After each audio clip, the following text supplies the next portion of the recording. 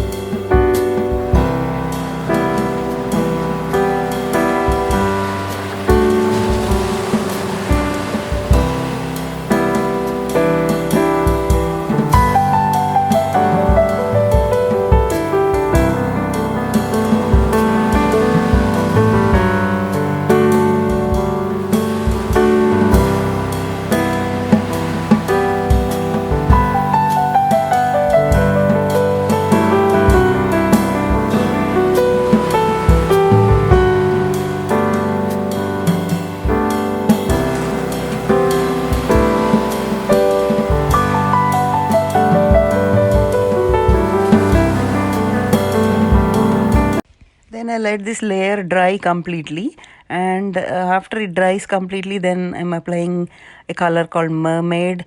You could also use any color that you like because it's totally abstract painting. And you can use either blue, purple, whatever you feel like making. So I just apply dots of paint using the rolled wax paper like I mentioned before.